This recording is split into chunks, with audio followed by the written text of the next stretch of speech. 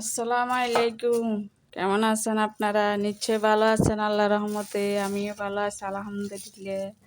আমি আজকে আপনাদেরকে একটা যারা নতুন সংসার, নতুন কাজ শিখেন, নতুন কিছু করার থাকে কিন্তু ভালো করে বুঝতে পারে না, তাদের জন্য একটা ভিডিও নিয়ে আসলাম। তা আমি এই বাজার থেকে একটা খোলা আনলাম শীতল পিঠা বানানোর জন্য। তো খোলাটা এখন কিভাবে প্রসেস করতে হবে, খোলা দীর্ঘদিন টেকার জন্য কিভাবে টিকবে খোলা। তো আমরা আমাদের গ্রামীণ পদ্ধতিতে দেখতাম খোলাটাকে পানিতে ভিজিয়ে রাখতো 1 সপ্তাহ বা 2 রাত 3 রাত।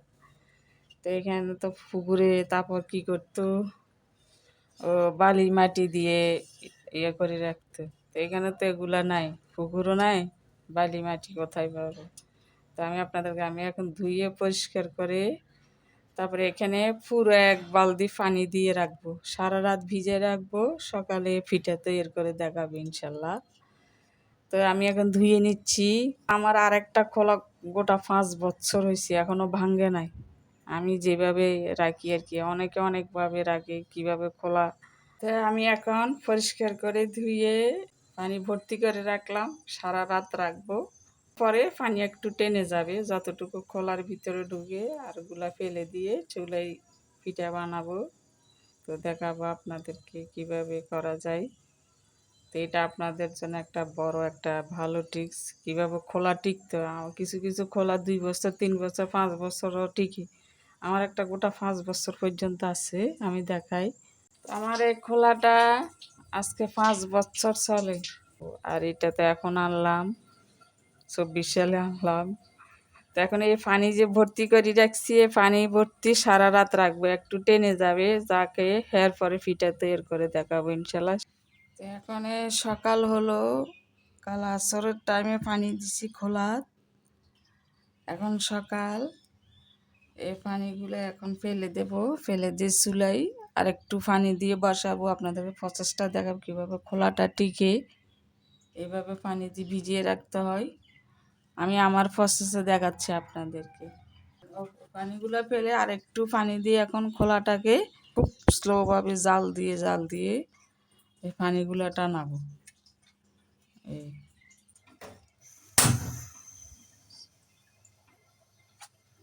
খুব স্লোতে, খুব আস্তে আস্তে খোলার পানিগুলো টানাতে হবে, না খোলা ফেটে যাবে। খুব কম জালে।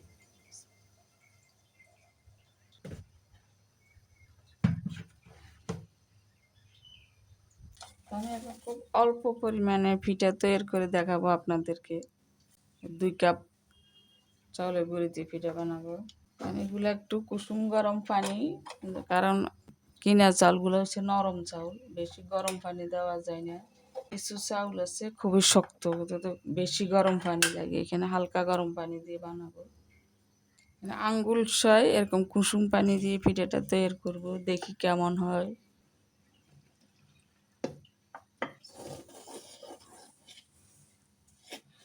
আগে খোলাটাকে তাওয়াচ্ছি, পানি আস্তে আস্তে খোলা থেকে টানবে, দেখাবো।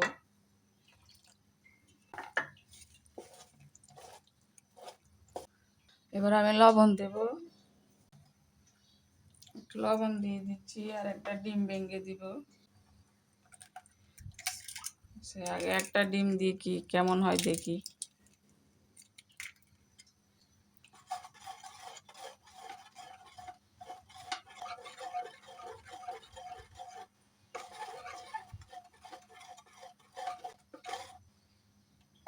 গোলাটা পাতলাও না ঘনও না। 2 কাপ ময়দায় একটা ডিম দিলে যথেষ্ট, 2টা দিলে আরো বেশি ভালো হবে। শুকনা গুঁড়ি দিয়ে বানালে পানি একটু গরম বেশি লাগে, আর ভিজা গুঁড়ি দিয়ে বানালে পানি হালকা কুসুম গরম পানি। তো আমি গোলাটা রেডি করলাম পিঠার। এরকম হবে, বেশি পাতলাও না বেশি ঘনও না, একদম পারফেক্ট। এখানে ইচ্ছে করলে একটু সামান্য ময়দা দিলে আরও ভালো, কারণ চাউল আমি কিনে এনেছি 2 কেজি। কিনা চাউলের গুঁড়ি কেমন বোঝা যায় না। তো আমি লাগলে দেব, না হয় দেব না। এই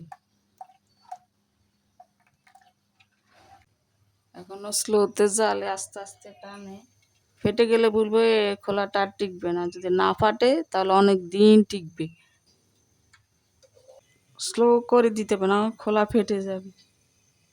আস্তে আস্তে টানবে, টানার পরে দেখছেন প্রায় 15 মিনিট লাগছে আমার এই পানিটা টানতে। আমি এত আস্তে আস্তে দিছি। এখন যদি থাকে মনে করব খোলাটা অনেক দিন টিকবে। এই টেনে গেছে। এখন একটু সয়াবিন তেল দিয়ে একটু খোলাটা মুছে দিই টিস্যু পেপার দিয়ে, কারণ নতুন খোলা। এই সারা রাত ভিজানো ছিল তো এই জন্য সময় লাগছে পানি টানতে। কিন্তু গ্রাম দেশে পানিতে ভিজে রাখে দুই রাত 3 রাত, এরপরে নিচে সিমেন্ট বালু মাটি দিয়ে লেপে আনে। আমরা এগুলো কোথায় পাবো? আমি এই শহরে এই প্রসেসে আমি কাজটা করি। এই খোলাটাকে একটু ইয়ে করি। প্রথম কয়েকটা পিঠা সুন্দর হবে না, পরেরগুলো আস্তে আস্তে হবে। তাই আমি গোলাগুলা গুলে আপনাদেরকে দেখাচ্ছি বুঝার সুবিধার্থে।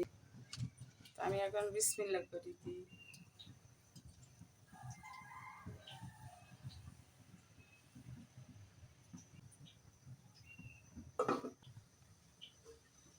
প্রথম পিঠাটা একটু কষ্ট, প্রথম 2-4টা পিঠা, পরে আস্তে আস্তে আস্তে আস্তে হবে।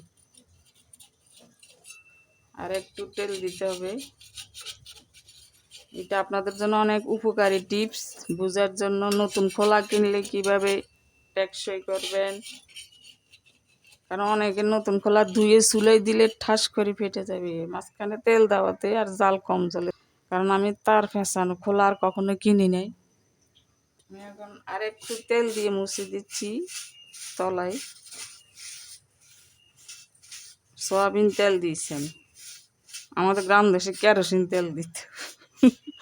প্রথম পিঠা ফেলে দিত, এভাবে তেল দিয়ে প্রথম পিঠা ফেলে দিত, খেত না, গন্ধ করতো কেরোসিনের।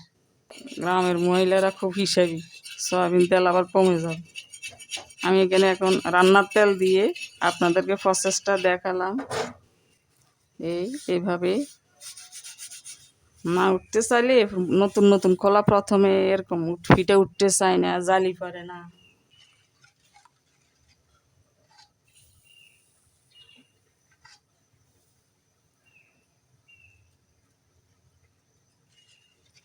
এখন আস্তে আস্তে হবে। 2টা পিঠা দেখাবো আপনাদেরকে। নতুন খোলাতে সবসময় মিডিয়াম জাল থাকতে হবে। এই যে